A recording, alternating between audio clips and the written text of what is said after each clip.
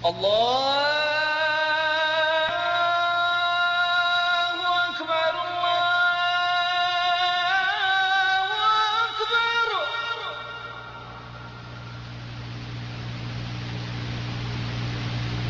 الله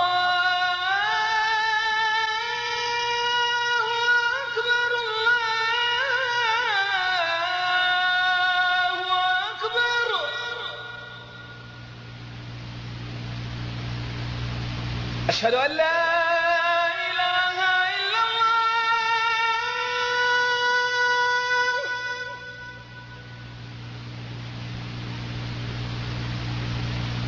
أشهد أن لا إله إلا الله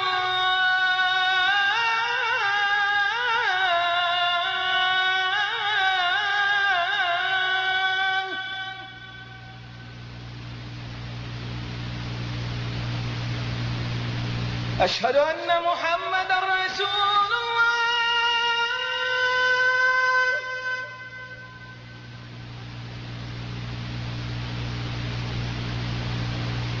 أشهد أن محمدًا رسول الله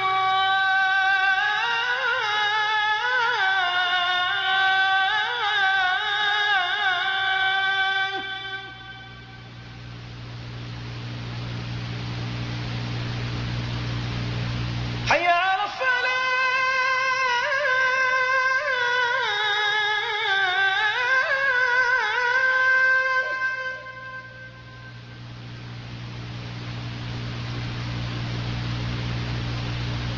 حي على الصلاة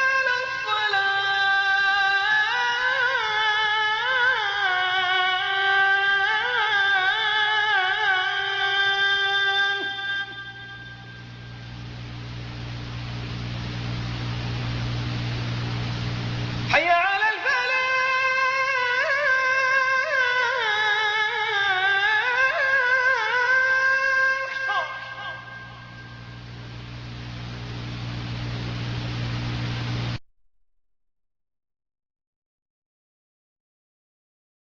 ونستعينه ونستغفره ونعوذ بالله من شرور أنفسنا ومن سيئات أعمالنا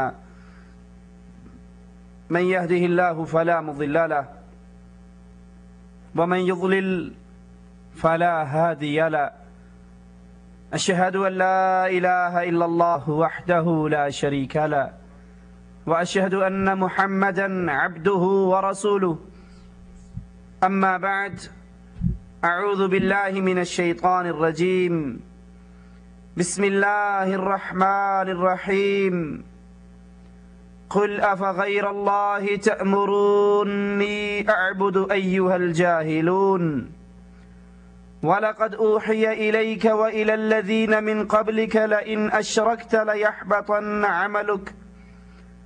ليحبطن عملك ولتكونن من الخاسرين بل الله فاعبد وكن من الشاكرين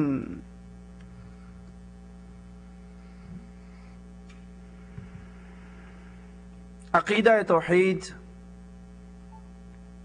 اسلام کی روح رواں ہے۔ عقیدہ توحید انسانیت کی پیدائش کا مقصد ہے۔ عقیدہ توحید انبیاء کی بعثت کا مقصد ہے۔ ہر نبی کو جس بنیادی مقصد کے لیے بھیجا گیا، ہر نبی کی طرف جو ذمہ داری لگائی گئی، وہ صرف پہلی ذمہ داری یہی تھی کہ اللہ کے بندوں کو اللہ کا تعارف کروایا جائے۔ اللہ کے بندوں کو جو اپنا تعلق اپنے الہ سے توڑ چکے ہیں، ان کا تعلق ان کے مالک اور خالق سے دوبارہ جوڑ دیا جائے۔ اللہ کی پہچان، اللہ کا تعارف، یہ انسانیت کی پیدائش کا مقصد ہے۔ وَمَا خَلَقْتُ الْجِنَّ وَالْإِنسِ، مالک نے جن اور انس کو پیدا کیوں کیا ہے؟ ایک اللہ کی عبادت کریں۔ عبادت کب ہوتی ہے؟ جب اس معبود برحق کا تعارف ہو جائے۔ اسی لیے اللہ عز و جل فرماتا ہے وَلَقَدْ بَعَثْنَا فِي كُلِّ أُمَّةٍ رَسُولًا، ہم نے تو ہر امت میں رسول بھیجے ایک دعوت دے کر ان اعبدوا اللہ، عبادت خالص اللہ کا حق ہے، واجتنبوا الطاغوت، اللہ کی عبادت کے بجائے شرک شیطان نے جس شکل میں بھی تمہارے اندر رائج کر دیا، تم ایک سچے اللہ کو چھوڑ کر جس کی پوجا کر رہے ہو وہ طاغوت ہے، عبادت اللہ کی کرو اور ہر طاغوت سے اپنے دامن کو چھڑا لو۔ ہر نبی نے یہی دعوت دی، ہود علیہ السلام کی یہ دعوت، ابراہیم علیہ السلام کی یہ دعوت، اور امام الانبیاء، خطیب الانبیاء، سردار انبیاء، سردار کائنات، امام اعظم، قائد اعظم محمد الرسول اللہ صلی اللہ علیہ وسلم، آپ کی بھی یہی دعوت۔ آپ آتے ہیں پہاڑی پہ چڑھتے ہیں، اہل مکہ کو اکٹھا کرتے ہیں، اپنی شخصیت ان کے سامنے پیش کرتے ہیں، 40 سال تم میں گزارے ہیں، هل وجدتمونی صادقا او کاذبا، مجھے کیسا پایا ہے، میں کبھی جھوٹ بولتا ہوں؟ کفار مکہ جواب میں کہتے ہیں ہم نے آپ کی زبان سے کبھی جھوٹ نہیں سنا۔ کہا پھر میری بات کو تسلیم کرو گے؟ اگر میں کہوں اس پہاڑی کے پیچھے ایک قافلہ، ایک لشکر تم پہ حملہ آور ہونے والا ہے، مان لو گے؟ کہا کبھی جھوٹ سنا ہی نہیں ہے تو آج تصدیق کیوں نہیں کریں گے؟ کہا پھر میری سچی بات، میری سچی دعوت، تمہیں ایک ایسا فارمولہ دینے لگا ہوں، اگر تم اس کو تسلیم کر لو تملک العرب والعجم، عرب و عجم کے سردار بن جاؤ گے۔ ابو لہب نے کہا تیرے بابا کی قسم، تو ایسی ایک بات کہتا ہے، اس طرح کی 10 باتیں بھی کہے جس سے ہم عرب و عجم کے سردار بن جائیں تو ساری مان لیں گے۔ کہا قولوا لا الہ الا اللہ تفلحون، لا الہ الا اللہ کا اقرار کر لو۔ تم نے اپنی مشکل کشائی کے لیے، تم نے اپنی حاجت روائی کے لیے، تم نے اپنے مصائب ٹالنے کے لیے مختلف درگاہیں، مختلف در، مختلف خانقاہیں بنا رکھی ہیں، ذمہ داریاں بانٹی ہوئی ہیں، ان سب کا انکار کر کے ایک اللہ کی عبادت پر اقرار ہو جاؤ، ایک اللہ کی عبادت پہ اکٹھے ہو جاؤ۔ تم نے در بانٹے ہوئے، مشکل کشائی کے لیے کوئی اور، کشتی پار لگانے کے لیے کوئی اور، رزق میں اضافے کے لیے کوئی اور، اولاد دینے کے لیے کوئی اور، کہیں لات ہے کہیں منات ہے، کہیں حبل ہے کہیں عزہ ہے، کہیں یعوث ہے کہیں یعوق ہے، کہیں نصر، مختلف درگاہیں ہیں، مختلف مشکل کشا ہیں، مختلف حاجت روا ہیں، اپنے اپنے فیلڈ کے بنا رکھے ہیں۔ میرا خیال ہے حال ہمارا بھی کوئی مختلف نہیں ہے، خاص طور پہ انڈیا، پاکستان، بنگلہ دیش والوں کا۔ ہم نے بھی تقسیم کر رکھی ہے یا نہیں؟ کسی کو اولاد لینی ہو اور ہو پاکستان والا تو کہاں جائے گا؟ وہ کہے گا اولاد صرف گجرات کے ڈولے شاہ کے دربار سے ملتی ہے، اور اگر کشتی بھور میں پھنس جائے اس کے لیے حق بہو ہے، حق بہو تک بہو، یار یڑیا پار لائیں، یہ بہت لمبی چھلانگ مار لے گا تو مولا علی مشکل کشا میری کشتی پار لگا دینا۔ اگر بھوکا مر رہا ہے، کھانے کو کچھ نہیں مل رہا اور انڈیا کا واسی ہے، اس کی زبان سے آپ کیا جملے سنو گے؟ خواجہ نہ دے گا تو پھر کون دے گا؟ آئے ہیں تیرے در پہ تو کچھ لے کر جائیں گے۔ یہ غریب نواز ہے خواجہ، یہ بندہ نواز ہیں، یہ بندہ پرور ہیں۔ پاکستان والا ہے، اس کو کچھ مانگنا ہے، اپنی جھولی بھروانی ہے تو لاہور کالی ہجویری ہے، یہ داتا ہے، یہ گنج بخش ہے، یہ خزانوں کا مالک ہے۔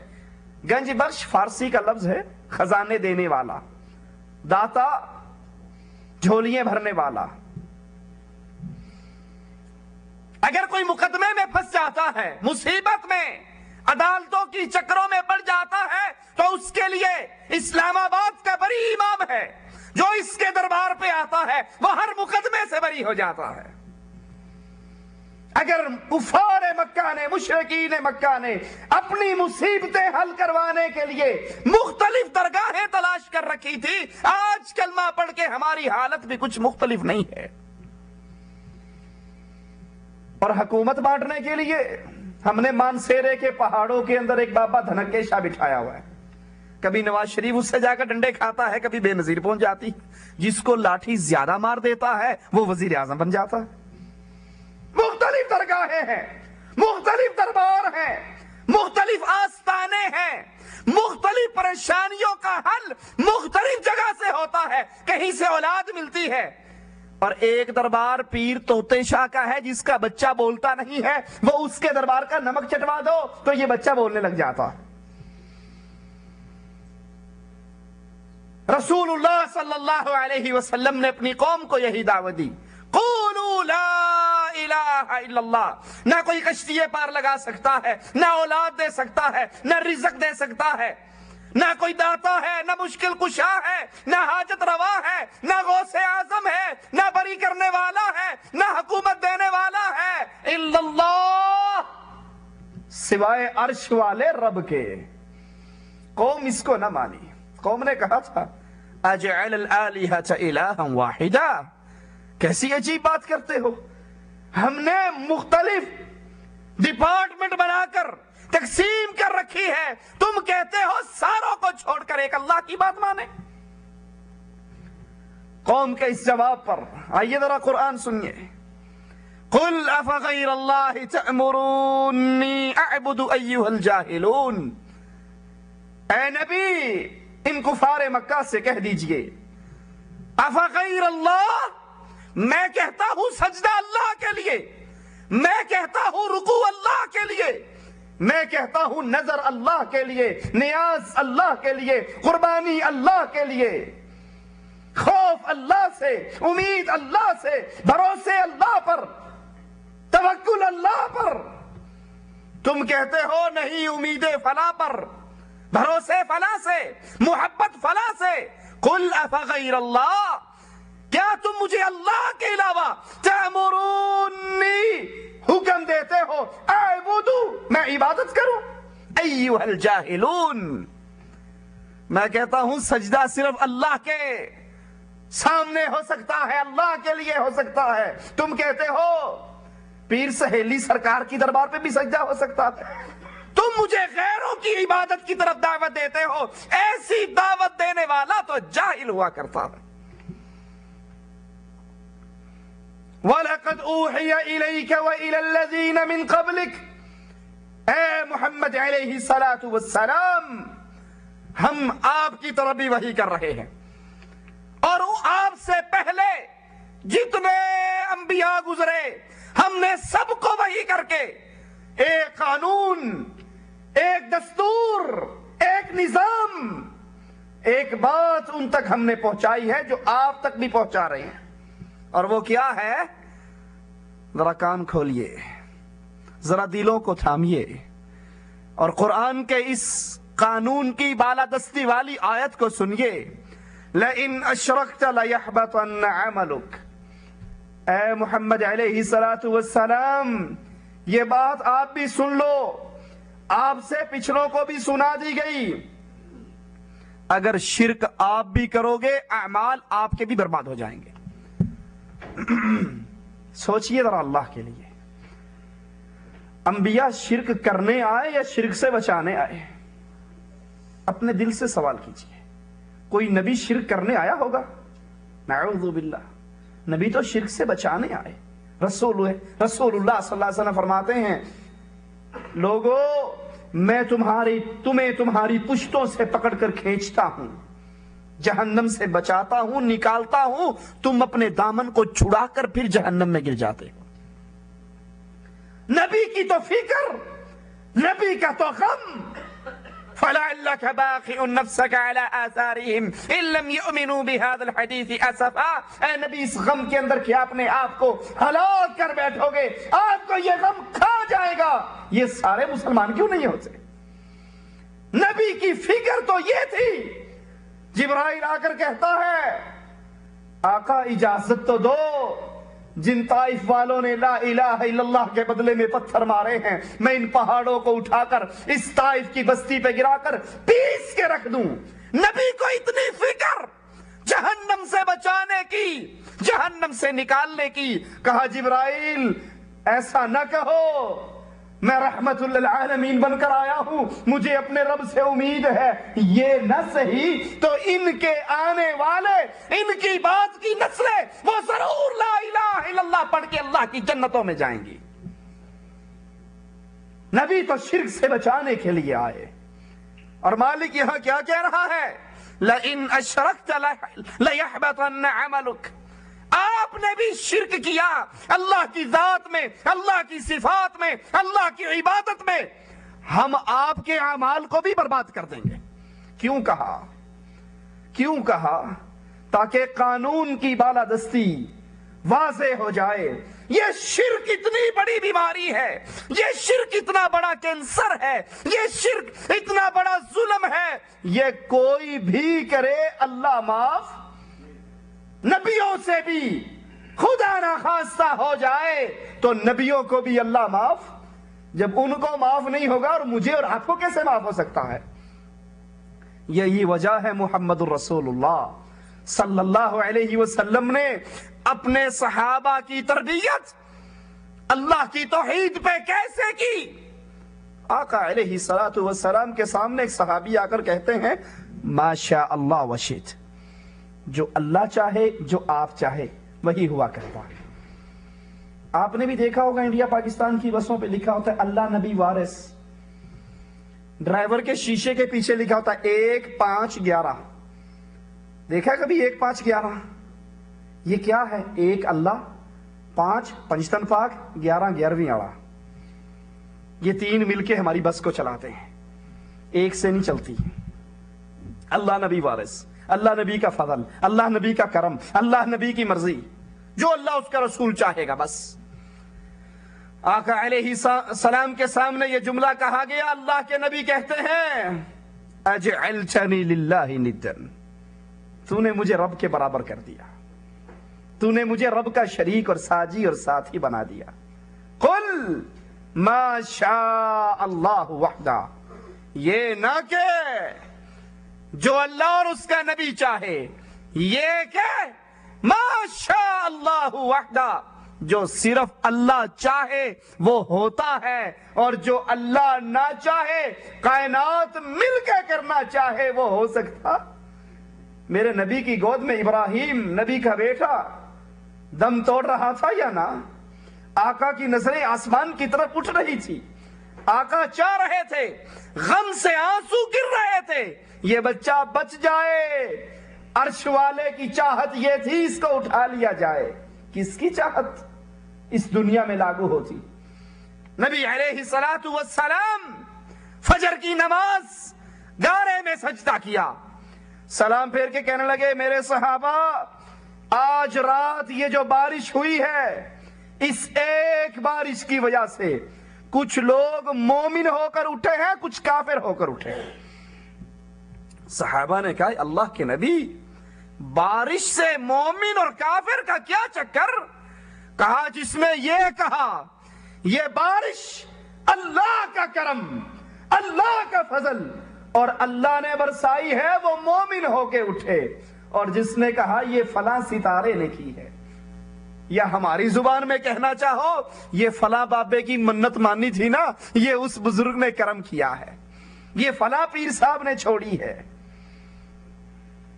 یہ شرک اتنا بڑا جرم ہے, اگر یہ کائنات کے کسی بندے سے ہو جائے مالک اس جرم کو برداشت.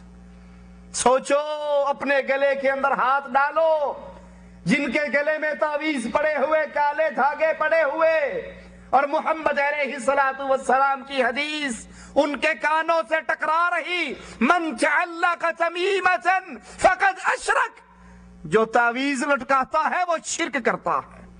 کہیں ہم تو اس بیماری کا شکار نہیں ہوگے؟ مالک اعلان کرتا ہے بل اللہ فاعبد وکن من الشاکرین. عبادت حق ہے صرف ایک اللہ کا. قیام عبادت ہے، سجدہ عبادت ہے، رکوع عبادت ہے، نظر عبادت ہے، نیاز عبادت ہے. نظر و نیاز عبادت ہے کس کی؟ ایک اللہ کی. انڈیا پاکستان میں دکان پہ بیٹھتے ہو، فقیر آ کر کہتا ہے نظر اللہ نیاز حسین، اس کے کشکول میں کچھ ڈالا جاتا ہے یا نہیں؟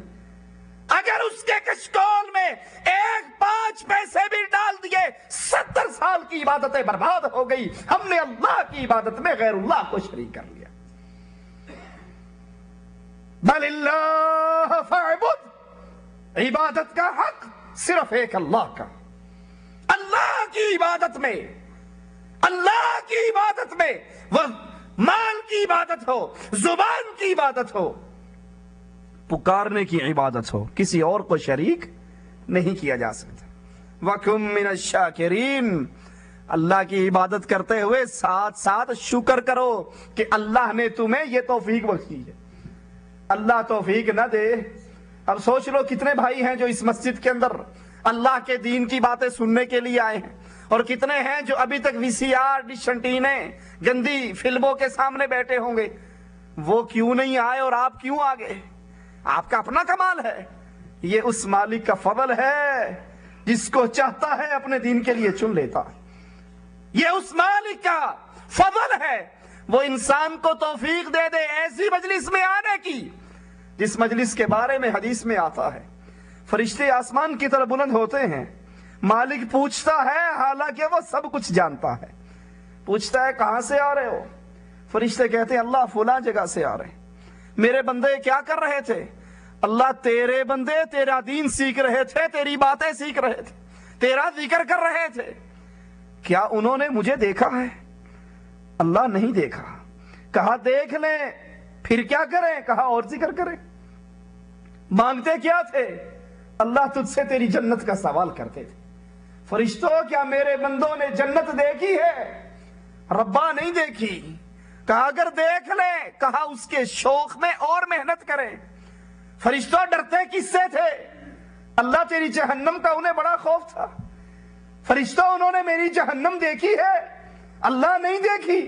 اگر دیکھ لیں، کہا پھر اس کے خوف میں اور اس کی پناہ میں اللہ تجھ سے پناہ مانگے. مالک کہتا ہے فرشتوں گواہ ہو جاؤ، میں نے اس مجلس میں بیٹھے ہوئے ہر بندے کے گناہوں کو معاف کر دیا.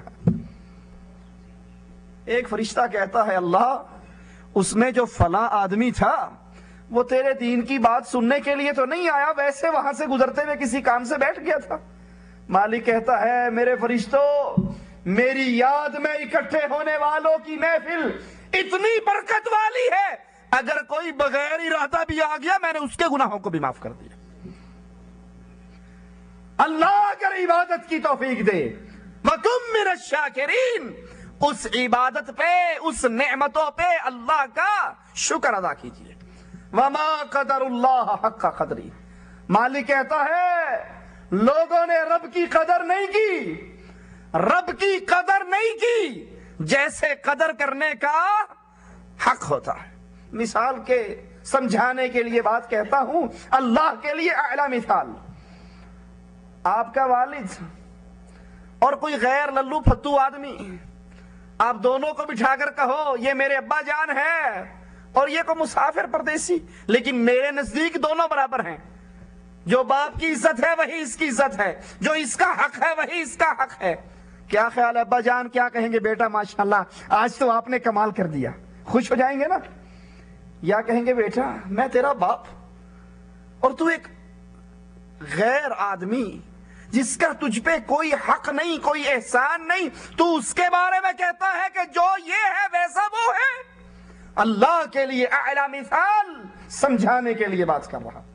وَمَا قَدَرُ اللَّهَ حَقَّ قَدْرِهِ. لوگوں نے اللہ کی قدر نہیں کی، اللہ کو نہیں پہچانا جیسے اس کی قدر کرنے کا حق ہے. کیوں؟ کیسے قدر نہیں کی؟ اللہ کو بھی بھی داتا مانتے ہیں، مردوں کو بھی داتا مانتے ہیں، اللہ کو بھی داتا مانتے ہیں، اور اللہ کے فقیروں کو بھی مشکل کشا مانتے ہیں، اس کے سامنے بھی جھک جاتے ہیں، اور جہاں سبز جھنڈا نظر آتا ہے وہاں بھی جھک کر گزرتے ہیں،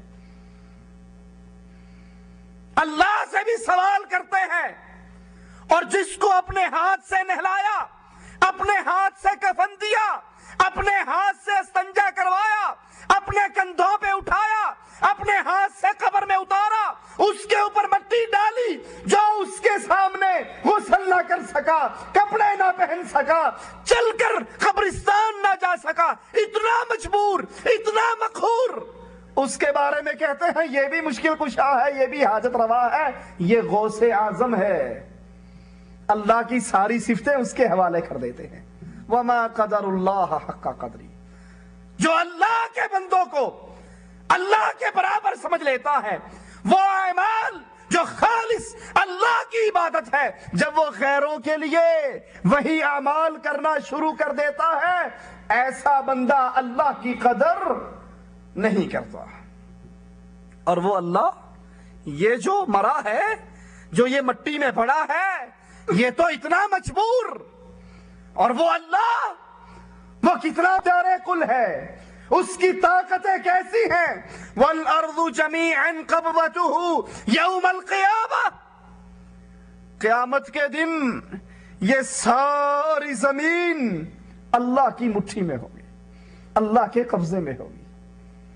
وَالسَّمَاوَاتُ مَطْوِيَّاتٌ بِيَمِينِهِ، یہ آسمان، یہ زمین کوئی چھوٹی زمین ہے؟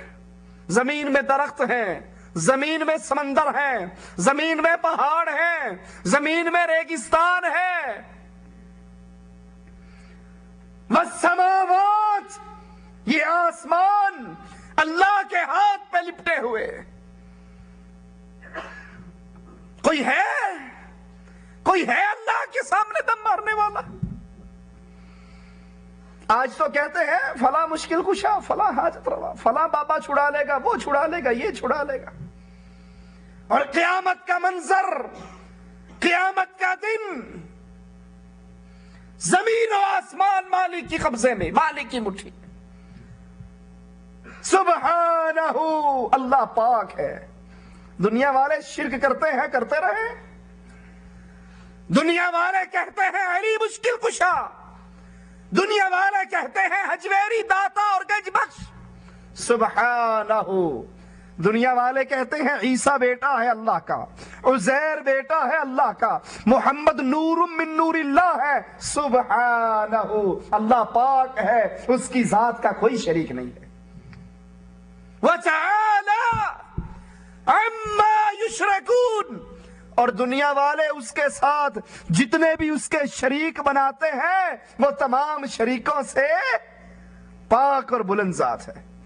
وَنُفِخَ فِي الصُّورِ، اس وقت کو یاد کیجئے جب سور پھونکا جائے گا۔ محمد الرسول اللہ صلی اللہ علیہ وسلم فرماتے ہیں جس فرشتے کو سور پکڑایا گیا ہے وہ اس نے منہ میں لیا ہوا ہے،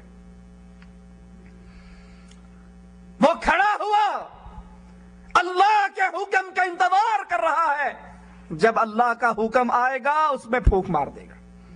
فَصَعِقَ مَنْ فِي السَّمَاوَاتِ وَمَنْ فِي الْأَرْضِ إِلَّا مَنْ شَاءَ اللَّهُ، جو ہی سور پھونکا جائے گا زمین میں جتنے ہیں وہ سب کے سب گر جائیں گے، سب کے سب مر جائیں گے۔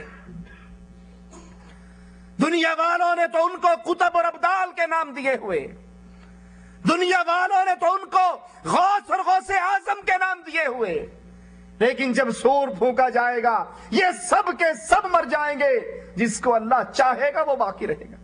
ثم نفخ فیہ اخری فاذا هم قیام ینظرون، دوبارہ سور پھونکا جائے گا، یہ سارے کے سارے ایک اللہ کے لیے قیام کرتے ہوئے کھڑے ہو جائیں گے، ایک اللہ کے دربار میں کھڑے ہوں گے، جس دربار میں پیر بھی ہے، مرید بھی ہے، نبی بھی ہے، امتیں بھی ہیں، سارے کے سارے ایک اللہ کے سامنے پیش ہوں گے۔ وَجَاءَتْ كُلُّ نَفْسٍ مَعَهَا سَائِقٌ وَشَهِيدٌ، ہر انسان کو دو فرشتے لے کر آئیں گے، ایک سائق اس کو چلانے والا، ایک شہید اس کی زندگی پہ گواہی دینے والا، سارے اللہ کے سامنے قیام کر رہے۔ وَأَشْرَقَتِ الْأَرْضُ بِنُورِ رَبِّهَا، اس دن تیرے رب کے نور سے زمین چمک اٹھے گی، منور ہو جائے گی۔ وَوُضِعَ الْكِتَابُ، اعمال نامے پیش ہوں گے، ڈائریاں پیش ہوگی۔ 70 سال 80 سال 100 سال گزارنے والوں، اللہ سب سے پہلے کہنے والے کو فکر کرنے کی توفیق عطا فرمائے، پھر ہر سننے والے کو سوچنے کی توفیق عطا فرمائے۔ قیامت کے دن میری اور آپ کی زندگی کا ایک ایک لمحہ ڈائری کی شکل میں پیش ہو جائے گا۔ انسان دیکھے گا اس کتابچے کو، انسان دیکھے گا اس نامہ اعمال کو، کہے گا ما لی ھذا الکتاب لا یغادر صغیرۃ ولا کبیرۃ الا احصاها، یہ بڑی عجیب کتاب ہے، یہ کیسا نامہ اعمال ہے، نہ اس نے کوئی چھوٹی بات چھوڑی ہے نہ بڑی بات چھوڑی ہے۔ میں کنڈیاں لگا کے فلم دیکھتا تھا، اس میں لکھا ہوا ہے، میں چھپ کے گانے سنتا تھا، اس میں لکھا ہوا، میں فجر کی نماز میں سویا رہتا تھا، اس میں لکھا ہوا، میں بھائیوں کی غیبتیں کرتا تھا، اس میں لکھا ہوا، میں نے بہن کا حق مارا تھا، اس میں لکھا ہوا۔ وضع الکتاب، اعمال نامے پیش ہو گئے، زندگی کا ایک ایک عمل اس میں موجود ہے۔ غور کر لیں، سوچ لیں میں اور آپ کیا کر رہے ہیں، جو کر رہے ہیں وہ ریکارڈ ہو رہا ہے، جو کر رہے ہیں وہ قیامت کے دن مالک کے دربار میں پیش ہوگا۔ وَجِيءَ بِالنَّبِيِّينَ وَالشُّهَدَاءِ وَقُضِيَ بَيْنَهُمْ بِالْحَقِّ وَهُمْ لَا يُظْلَمُونَ، انبیاء بھی پیش ہوں گے، گواہ بھی پیش ہوں گے، پھر امتوں کے اختلاف کا فیصلہ ہو جائے گا۔ حدیث میں آتا ہے، بلکہ قرآن حکیم میں ہی آتا ہے، مالک عیسیٰ کو کھڑا کر کے کہے گا علیہ الصلوۃ والسلام، کیا تو نے کہا تھا اپنے ماننے والوں کو مجھے خدا کا بیٹا کہنا، مجھے اللہ کا بیٹا کہنا؟ کیا تو نے کہا تھا مجھے اور میری ماں کو اللہ کے مقابلے پر مشکل کشا اور حاجت روا کہنا؟ اب تو کہتے ہیں جی جہنم میں تو کیا میرا سایہ بھی نہ جائے گا، غوث پاک سے یہ دیکھا نہ جائے گا، پیر صاحب سے یہ دیکھا نہ جائے گا، بابا جی سے یہ دیکھا نہ جائے گا۔ آخر ہم بابا جی کا عرس لگاتے ہیں، ہم اس پہ منتیں دیتے ہیں، ہم وہاں پر خود کھائیں یا نہ کھائیں اپنا پیٹ کاٹتے ہیں اور بابا کے لنگر میں چندہ دیتے ہیں۔ پیر کا گھر تو روشن ہے بجلی کے قمقمہ سے، اور مرید کو میسر نہیں مٹی کا دیا بھی، اپنا پیٹ کاٹ کر پیر کا گلک بھرتے ہیں، یہ راضی رہے اور قیامت کے دن ہمیں چھڑوا لے۔ اللہ کے اولیاء بھی ہوں گے، ان کو پوجنے والے بھی ہوں گے، اور دونوں کے درمیان فیصلہ ہوگا۔ تم نے کہا تھا کہ اللہ انکار کر دیں گے، اللہ نہیں، عیسیٰ بھی منکر ہو جائیں گے، علی بھی منکر ہو جائیں گے، اولیاء بھی منکر ہو جائیں گے، ہم نے ان کو نہیں کہا تھا، اللہ کو چھوڑ کر ہمیں پوجنا شروع کر دینا۔ وَهُمْ لَا يُظْلَمُونَ، کسی آدمی پر ظلم نہیں ہوگا، اللہ کا عدل، میزان، ترازو حدیث میں آتا ہے نا، ایک شخص کو لایا جائے گا جس کے گناہوں کے 70 رجسٹر ہوں گے، جہاں تک نگاہ جائے گی اس کے وہ رجسٹر ہوں گے، وہاں پر پیشی ہوگی۔ انسان کے دل میں آ سکتا ہے یہ تو فرشتوں نے ڈائری تیار کی ہے نا، فرشتوں نے کون سا ہمارا خیال کیا ہوگا، ہو سکتا ہے انہوں نے کچھ زیادتی کر دی ہو، کچھ ظلم کر دیا ہو۔ اليوم نختم على افواہہم، صرف فرشتوں کی ڈائری نہیں، فرشتوں کی گواہی نہیں، انسان کی زبان پہ مالک مہر لگا دے گا، ہاتھ بولیں گے پاؤں بولیں گے، قدم بولیں گے، ران گواہی دے گی،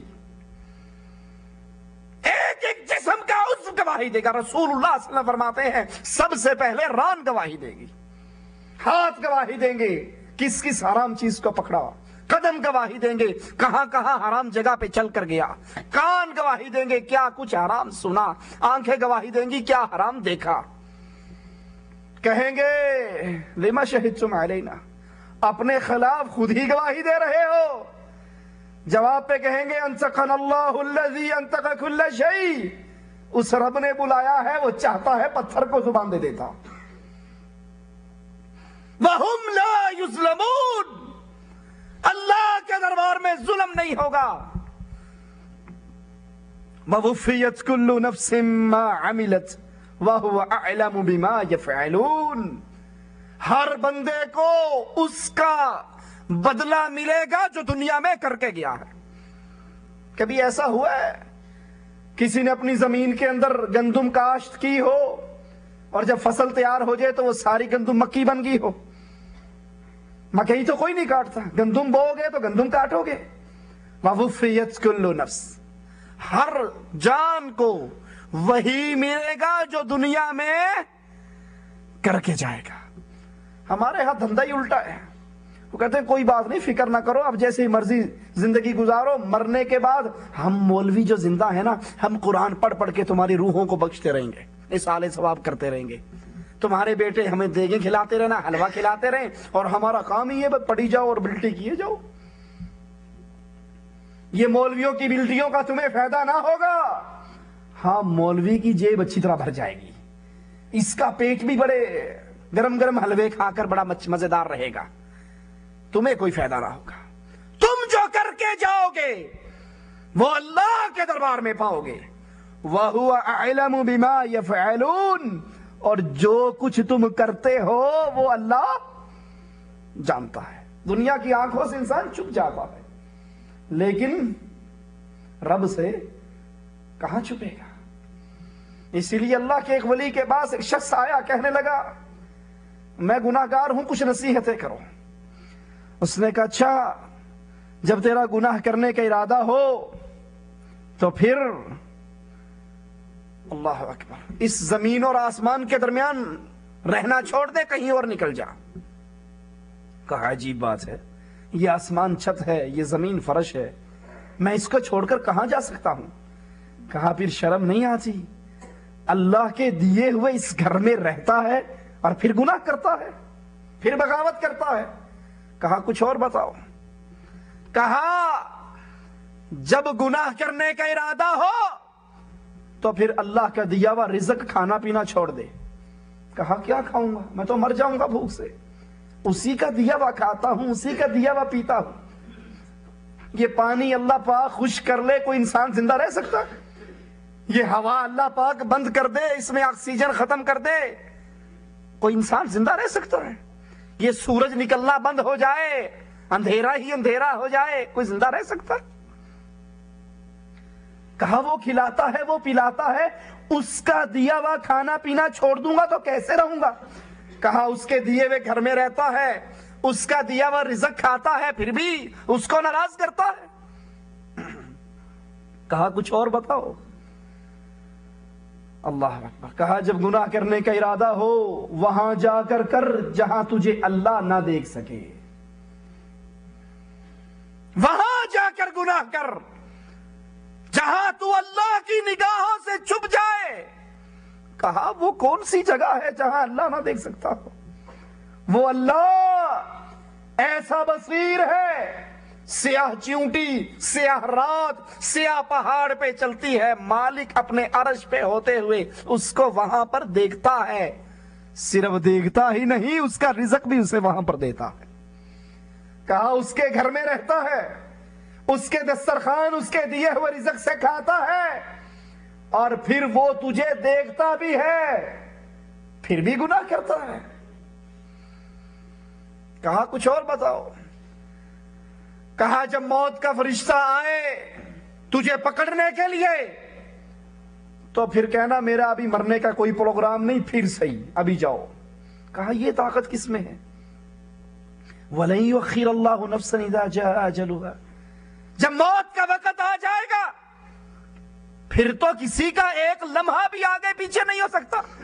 کہا اس کے گھر میں رہتا ہے، اس کا دیا ہوا کھاتا ہے، وہ تجھے دیکھ رہا ہے، رنگے ہاتھوں جب پکڑنا چاہے پکڑ لے، تو اس سے بچ بھی نہیں سکتا پھر بھی گناہ کرتا.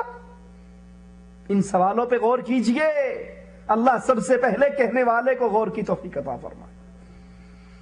کہا اچھا آخری بات سن لے، جب قیامت کے دن تیرے لیے جہنم کا فیصلہ ہو جائے، فرشتے تجھے پکڑ کر لے جا رہے ہوں، اپنا ہاتھ چھڑا کر بھاگ کے جنت میں چلے جانا.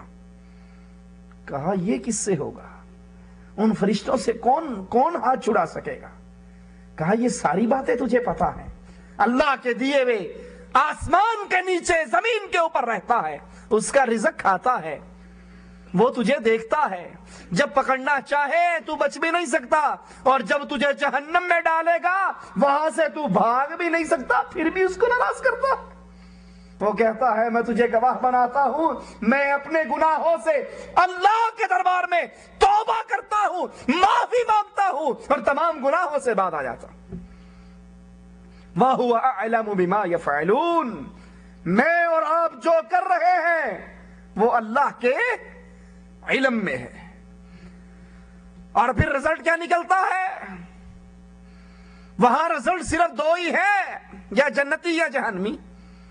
جماعتیں دو ہیں، یہاں تو بہت جماعتیں ہیں نا، یہ دیوبندی، یہ بریلوی، یہ وہابی، یہ سنی، یہ نقشبندی، یہ چشتی، یہ قادری، یہ رضوی، یہ نوری، یہ سور وردی، یہ وردی، یہ بغیر وردی. وہاں جماعتیں دو ہیں، جنتی جہنمی، کوئی تیسری جماعت نہیں، کوئی تیسرا راستہ نہیں، کوئی تیسرا ٹھکانہ نہیں. وَسِيقَ الَّذِينَ كَفَرُوا إِلَى جَهَنَّمَ زُمَرًا، جنہوں نے اس دنیا میں اللہ کے ساتھ کفر کیا، اللہ کی ذات میں محمد رسول اللہ کو نور من نور اللہ کہہ کر شریک بنایا، عیسیٰ کو اللہ کا بیٹا بنایا، عزیر کو اللہ کا بیٹا بنایا، نمازیں چھوڑی. اے جہاں مٹھا اگلا جہاں کہیں ڈٹھا، بابر برعیش کوش عالم دوبارہ نیست، کون مرے گا کون اٹھے گا، اے میں متوے ڈراتے ہی رہتے ہیں. کھاؤ پیو مزے کرو، 4 دن کی زندگی، 4 دن کی زندگی ہے، کیا ضرورت ہے ان چکروں میں پڑنے کی. وَسِيقَ الَّذِينَ كَفَرُوا، جن کو اللہ کی ملاقات کا یقین نہیں، اس دنیا میں شرک اور کفر کی زندگی گزارتے رہے، ان کو چلایا جائے گا. جماعت در جماعت، گروہ در گروہ چل رہے ہیں جہنم کی طرف. حتی اذا جاؤوها، جب یہ جہنم پہ پہنچ جائیں گے، فتحت ابوابها، جہنم کے دروازے کھول دیے جائیں گے. وہ جہنم جس کو قابو کرنے کے لیے 70,000 فرشتے، اس کی 70,000 لگامیں ہیں، ایک لگام کو قابو کرنے کے لیے 70,000 فرشتے. جہنم کے دروازے کھلیں گے. وقال لهم خزنتها، داروغہ کہے گا، فرشتے کہیں گے، الم یاتکم رسل منکم، اے کاش رب کے اس کلام کو ہم سمجھنے والے بن جائیں، اے کاش اللہ کی اس کتاب کو اپنے سینے سے لگائیں، مولوی اور ملاؤں کی کتابوں کو اپنے دامنوں سے پھینک دیں.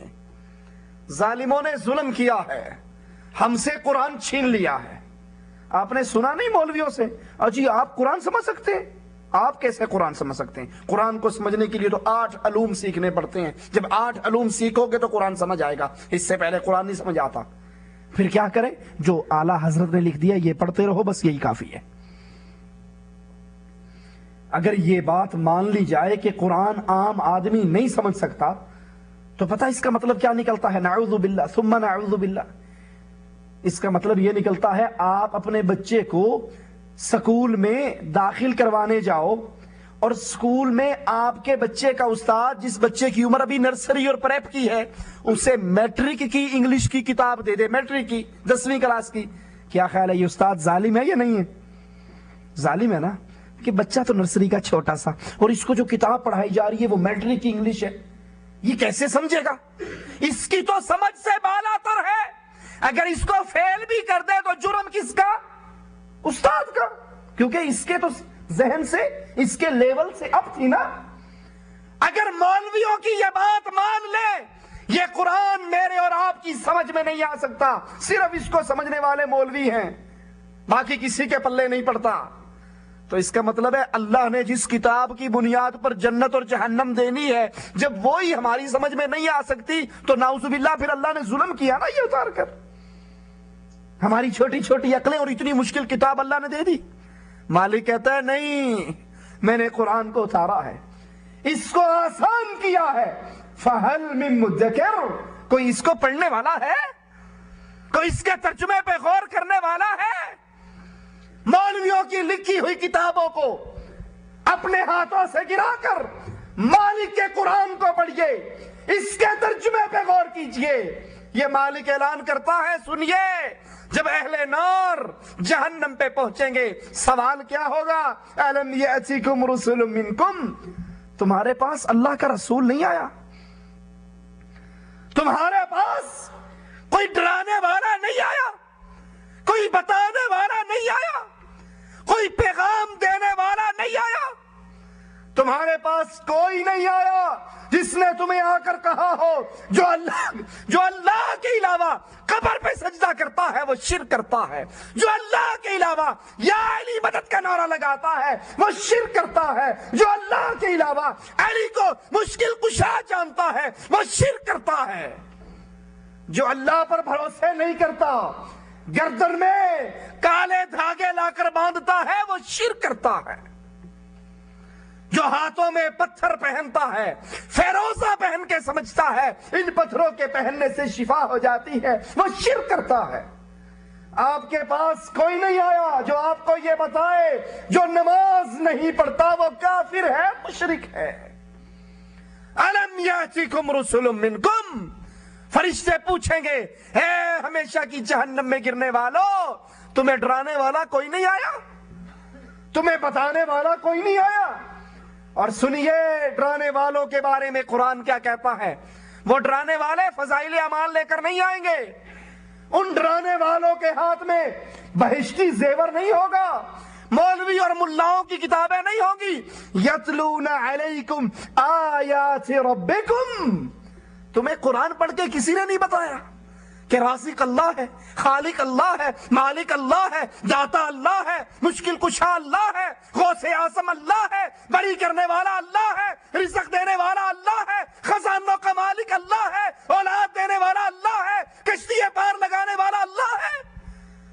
أَلَمْ يَأْتِكُمْ رُسُلٌ مِّنْكُمْ، تمہاری اپنی جنس میں سے کسی نے تمہیں آ کر نہیں ڈرایا جو تم پہ قرآن کی آیات پڑھتا.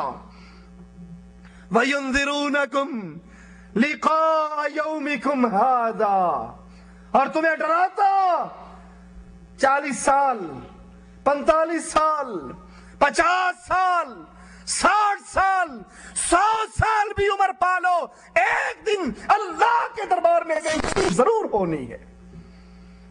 ایک دن آنے والا ہے جس دن مالک کے دربار میں پیش ہوں گے، دائیں طرف دیکھیں گے نامہ اعمال، بائیں طرف دیکھیں گے نامہ اعمال، سامنے دیکھیں گے تو جہنم کی دہکتی ہوئی آگ.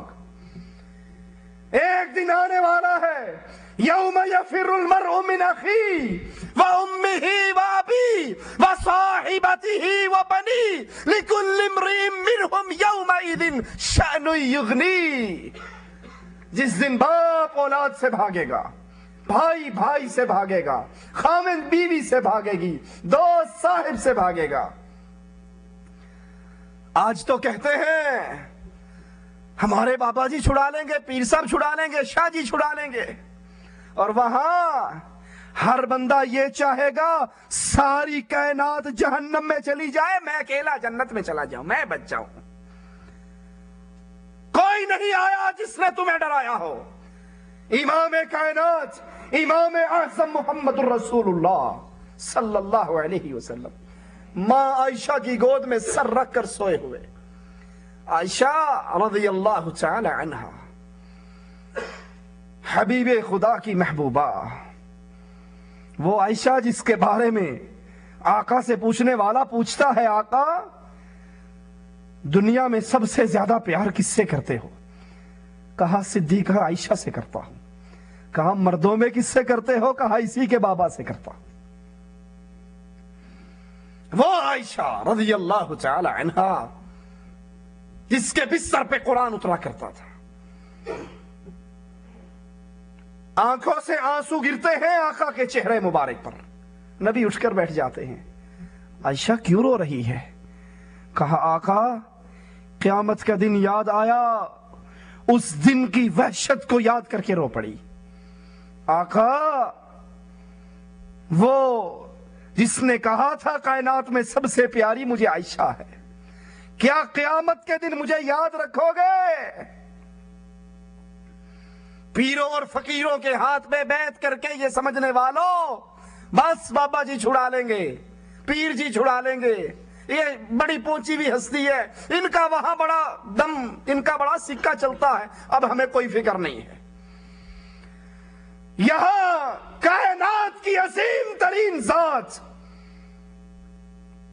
امام کائنات محمد رسول اللہ سائلہ عائشہ رضی اللہ تعالی عنہا پوچھتی ہیں آقا قیامت کے دن مجھے یاد رکھو گے؟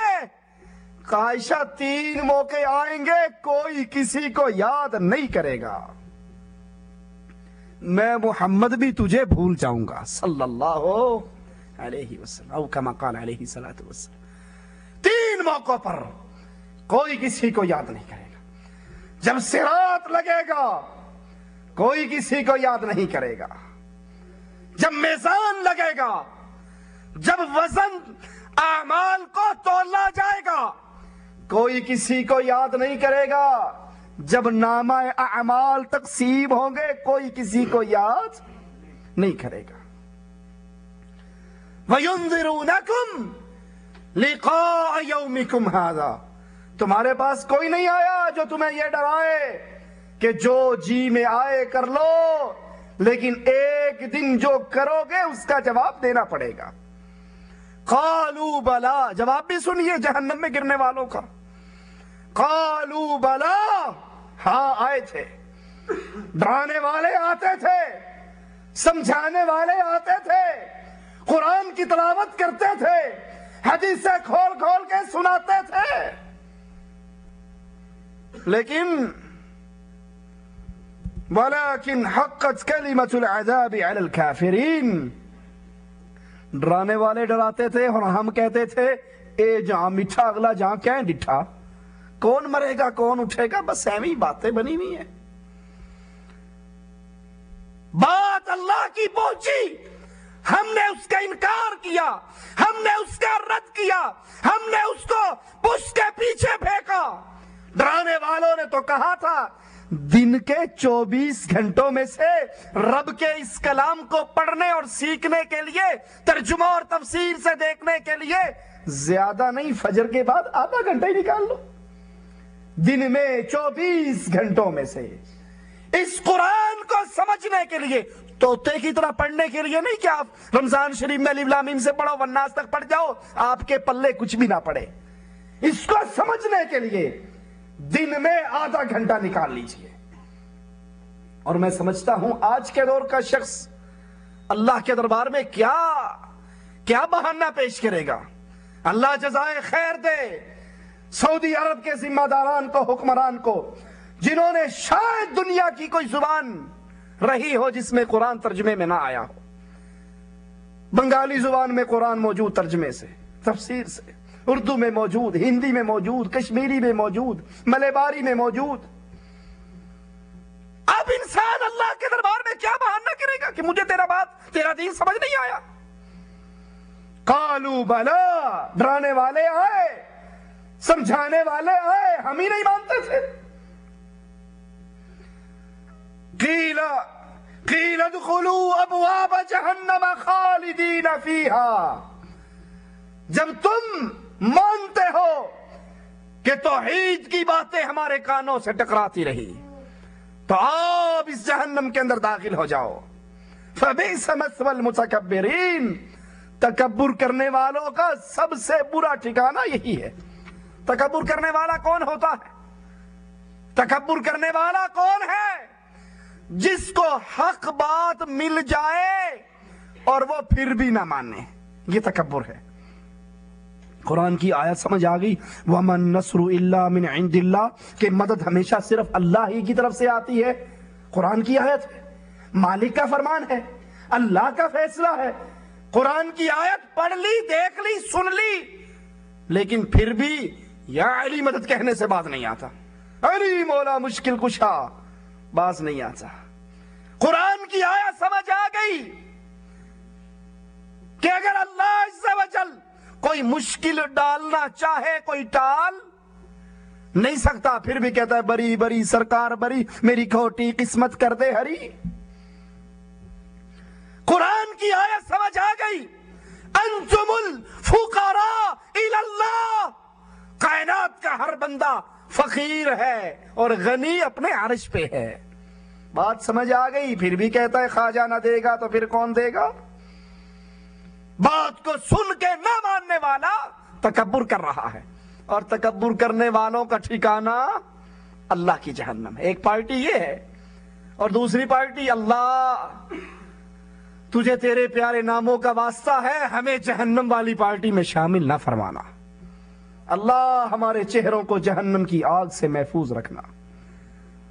وَسِيقَ الَّذِينَ اتَّقَوْا رَبَّهُمْ إِلَى الْجَنَّةِ زُمَرًا، جنہوں نے اللہ کی توحید کو سمجھا، جنہوں نے اللہ پر ایمان لے کر آئے، اللہ کی ذات و صفات و عبادت میں کسی اور کو ساتھی اور ساجی نہ بنایا، اللہ سے ڈرتے رہے، ان کو جنت کی طرف چلایا جائے گا۔ مصیبتیں آئی برداشت کی، دکھ آئے برداشت کیے، سمجھ آ گئی 11ویں غیر اللہ کی نظر و نیاز ہے، ابو جی مار لو، ابو جی گھر سے نکال دو، ابو جی پانی بند کر دو، خرچہ بند کر دو، مار مار کے لہو لہان کر دو، یہ 11ویں غیر اللہ کی نظر و نیاز شرک ہے، میں نے نہیں دینی، آپ جو کرنا چاہتے ہو کر لو، سب کچھ برداشت کر لوں گا، لیکن اللہ کی عبادت میں کسی اور کو شریک نہیں کروں گا۔ سمجھ آ گئی، بات پلے میں پڑ گئی، توحید کی بات سمجھ آ گئی، یہ قبروں میں دبے ہوئے مردے ہیں، یہ مشکل کشا نہیں ہے، اب دنیا والے جو چاہے کر لے، ان مردوں کو مشکل کشا نہیں مان سکتا۔ حضرت عبداللہ مسلمان ہوئے، گرفتار ہو گئے عیسائی بادشاہ کے پاس۔ عیسائی بادشاہ کہتا ہے میری بیٹی سے شادی کر لے اور اسلام کو چھوڑ دے۔ کہا منظور نہیں، کہا آدھی حکومت بھی دے دوں گا، میرا شریک بن جا، صرف اس توحید کو چھوڑ دے۔ کہا منظور نہیں، کہا پھر پتا ہے کیا سزا ملے گی؟ کہا جو جی میں آتا ہے دے دے۔ کہا اس کو لے جاؤ اور تیل کا کڑاہا گرم کر کے اس تیل کے اندر اس کو ڈال دو، اور اگر یہ ڈر جائے، اگر یہ اپنی بات سے واپس لوٹ جائے، رجوع کر لے، اس کو لے آنا۔ اب یہ جا رہے ہیں، رو رہے ہیں، اس بادشاہ کے نوکر اس کو لے آئے واپس۔ بادشاہ سلامت، یہ تو ڈر گیا ہے۔ کہا میں نے نہیں کہا تھا کہ وہ اپنی جان پہ ظلم کرتا ہے، چھوڑ دے اس توحید کو، چھوڑ دے ایک اللہ کو اللہ ماننے پر، یہ ہمارے بزرگوں کے بنے ہوئے یہ سارے ہی مشکل کشا ہے۔ کہا ظالم، تو نے میرے آنسوؤں کو نہیں سمجھا۔ کہا اپنی بات سے رجوع نہیں کرتا تو روتا کیوں ہے؟ کہا رونا تو اس بات پہ آیا ہے، اللہ آج تیرے لیے قربان ہونے کا وقت آیا تو عبداللہ کی صرف ایک جان ہے، کاش تو ہر بال کے بدلے جان دیتا، میں ہر جان کو تیری توحید پہ قربان کر ڈالتا۔ توحید کو سمجھنے کے بعد، یہ بات دل میں اتارنے کے بعد کہ اللہ کے علاوہ اس کائنات میں کوئی تصرف کرنے والا مختار کل نہیں ہے، اللہ کے علاوہ کوئی عالم الغیب نہیں ہے۔ فرعون اس کی بچیوں کی آیا، ایک بچی کے ساتھ جا رہی، اس کے ہاتھ سے کنگھی زمین پہ گرتی ہے، وہ بسم اللہ کہہ کر اٹھاتی ہے۔ فرعون کی بیٹی کہتی ہے بسم اللہ، یعنی اللہ میرا بابا کہا نہیں، میرا رب، تیرا رب، تیرے باپ کا رب اللہ۔ کہا میرے بابا کو چھوڑ کر کسی اور کو اللہ، کسی اور کو رب مانتی ہے؟ کہا ہاں۔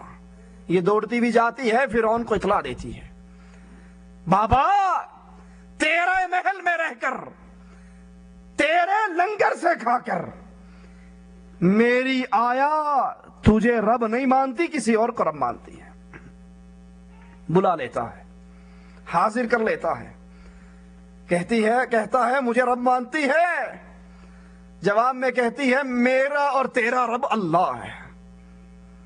کہا پتا ہے اس کے بدلے میں کیا ہوگا؟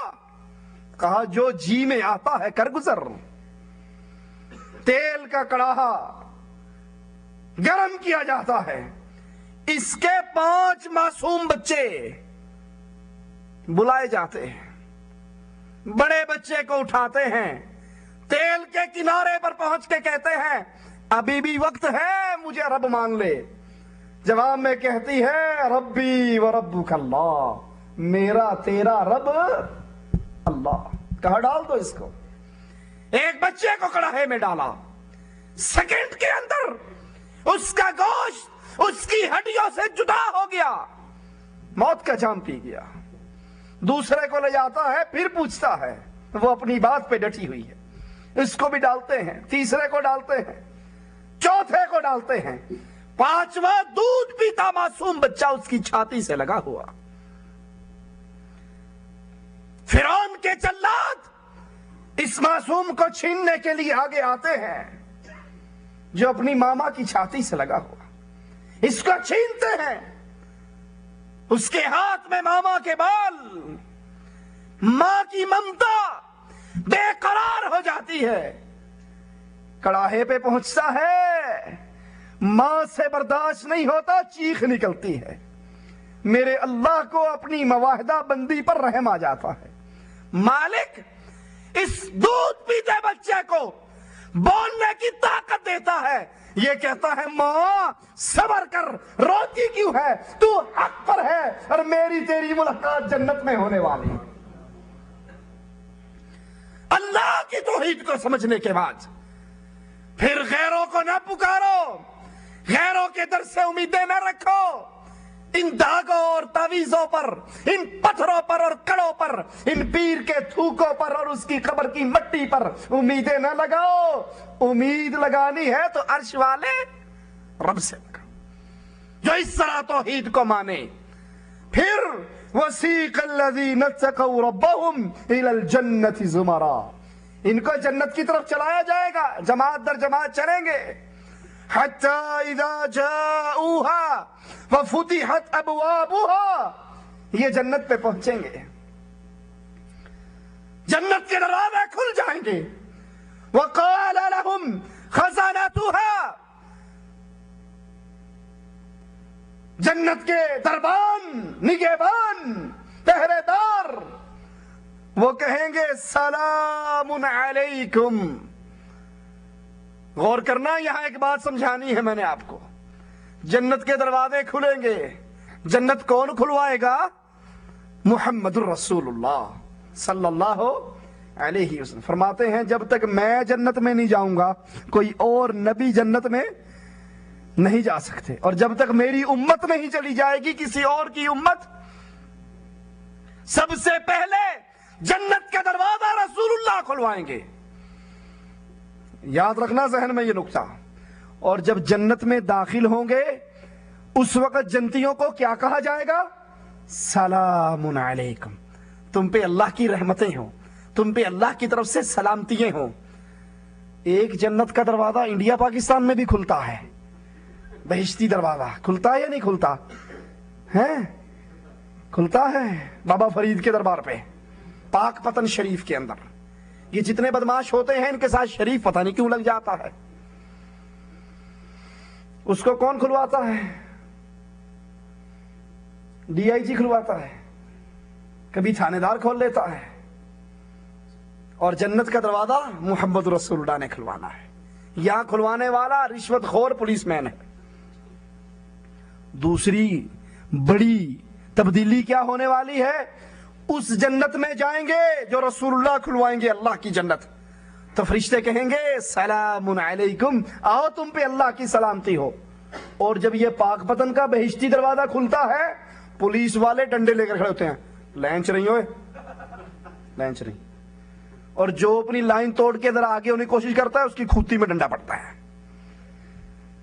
جس جنت میں جاتے ہوئے ڈنڈے پڑتے ہو وہ تمہیں مبارک، اور جس جنت میں جاتے ہوئے فرشتے سلام کرتے ہو وہ ہمیں مبارک. اور پچھلے 2 سال پہلے پاک پتن کے جنتی دروازہ، بہشتی دروازہ کھلا. جنتیوں میں جنت میں جانے کا اتنا شوق ہوا، بھگدڑ مچی، اور 25-30 آدمی موقع پہ ہلاک ہو گئے. جہاں جاتے ہوئے موت آ جائے وہ جنت. جنتی اپنی اللہ کی دی ہوئی جنت میں جائیں گے، اس کے بعد انہیں موت کبھی بھی نہیں آئے گی. جس دروازے کو پولیس والا کھلوائے، جس دروازے پر جاتے ہوئے ڈنڈے کھانے پڑے، گالیاں کھانی پڑے، جس دروازے کو کھول کر جاتے ہوئے کئیوں کو پاؤں کے نیچے کچلا جانا پڑے، وہ جنت کا دروازہ نہیں، جہنم کا دروازہ ہے. جنتی جنت میں کیسے جائیں گے؟ فرشتے کہیں گے سلام علیکم، تم پہ اللہ کی سلامتی ہو، طبتم فادخلوها خالدین، جاؤ ہمیشہ کی جنتوں کے اندر اپنے محلات پہ پہنچ جاؤ. جنتی جنت میں داخل ہو رہے، اور زبان ان کی کیا کہہ رہی؟ وقالوا الحمد للہ الذی صدقنا وعدہ. ساری تعریفیں اور شکر اس اللہ کے لیے جس نے اپنا وعدہ سچا کر دکھایا. اللہ کا وعدہ کیا ہے؟ اللہ اپنے بندوں سے عہد کیا کرتا ہے؟ حق اللہ علی العباد ان یعبدوہ، یہ مالک کا حق ہے اس کے بندوں پر کہ تمام کے تمام بندے عبادت جب بھی کریں ایک اللہ کی کریں. وحق العباد علی اللہ، بندوں کا ان کے رب پہ حق ہے، جو اس کے ساتھ شرک نہ کرے اس کو جہنم میں داخل نہ کرے. مواہد جنت میں داخل ہو رہے، اللہ کی تعریفیں کر رہے. وقالوا الحمد للہ، وہ کہیں گے تعریفیں ساری اللہ کے لیے. الذی صدقنا وعدہ، جس نے اہل توحید کو جنت دینے کا وعدہ سچا کر دکھایا. وَأَوْرَثَنَا الْأَرْضَ نَتَبَوَّأُ مِنَ الْجَنَّةِ حَيْثُ نَشَاءُ، اور یہ جنت ساری کی ساری ہمارے حوالے کر دی، جہاں چاہے ہم کھائیں، جہاں چاہے ہم رہیں. فَنِعْمَ أَجْرُ الْعَامِلِينَ، اس آخری جملے پہ غور کرنا. یہ جنت ملے گی کس کو؟ بہترین بدلہ ہے اجر العاملین، عمل کرنے والوں کو. توحید سمجھنے کے بعد کو جی بس مولانا صاحب نے بڑی پیاری تقریر کی، بڑی توحید سمجھ آئی، فجر کی نماز جی آنکھ ہی نہیں کھلتی اب نماز پہ. توحید تو میری ٹھیک ہے نا، میں شرک تو نہیں کرتا نا، میں درباروں پہ تو نہیں جاتا نا، میں 11ویں تو نہیں دیتا، میں تعویذ تو نہیں پہنتا، میں غیر اللہ کی قسمیں تو نہیں کھاتا، وہ نماز پہ ٹائم نہیں ملتا، کبھی پڑھ لیتا ہوں کبھی نہیں پڑھتا. یہ اپنی توحید میں جھوٹ بولتا ہے، اور جو نمازوں کا تارک ہے وہ کافر ہے. اللہ کی جنت میں جانے کا سوال ہی پیدا نہیں ہوتا. جنت میں کون جائے گا؟ فنعم اجر العاملین، جو توحید کو سمجھنے کے بعد پھر عمل کرے گا. یہ نہیں رمضان آیا تو ماشاءاللہ بڑے پکے نمازی ہو گئے، فجر، ظہر، عصر، مغرب، عشاء مسجدیں فل ہیں، اور عید والے دن فجر کی نماز امام صاحب ہیں، مؤذن ہیں، 1 2 4 بڈھے ہیں، باقی سارے اپنے کمروں میں سو رہے. اجی رمضان گزر گیا نا، بس رمضان میں بہت نمازیں پڑھی. آپ رمضان کی پوجا کرتے ہو یا رمضان کے اللہ کی پوجا کرتے ہو؟ اللہ تو وہی ہے جو رمضان میں بھی رب ہے، شوال میں بھی رب ہے، ذی القعدہ میں بھی رب ہے، محرم میں بھی رب ہے. مہینوں کو نہ پوجو، مہینوں کے رب کو پوجو. رمضان آئے تب بھی نماز، رمضان چلا جائے تب بھی رمضان، اللہ کی عبادت. اسی لیے عائشہ سے سوال ہوا رضی اللہ تعالی عنہ، اللہ کے نبی رات کی نماز کتنی پڑھتے تھے؟ کہا رمضان ہو یا غیر رمضان آپ نے 11 رکعت سے زیادہ نہیں پڑھی. اس لیے فنعم اجر العاملین، عمل کے میدان کو نہ چھوڑیے. اللہ سے تعلق برقرار رکھیے، نمازوں کی ادائیگی برقرار رکھیے۔ اللہ سے دعا ہے اللہ ہمارے گناہوں کو معاف فرما دے، اللہ ہماری خطاؤں کو معاف فرما دے، اللہ ہمیں زندہ رکھے، ایمان پہ رکھے، توحید پہ رکھے، موت دے اس حال میں دے اللہ ہم سے راضی ہو، ہم اپنے اللہ سے راضی ہوں۔ اقول قولی ھذا واستغفر اللہ لی ولکم ولسائر المسلمین فاستغفروہ انہ هو الغفور الرحیم۔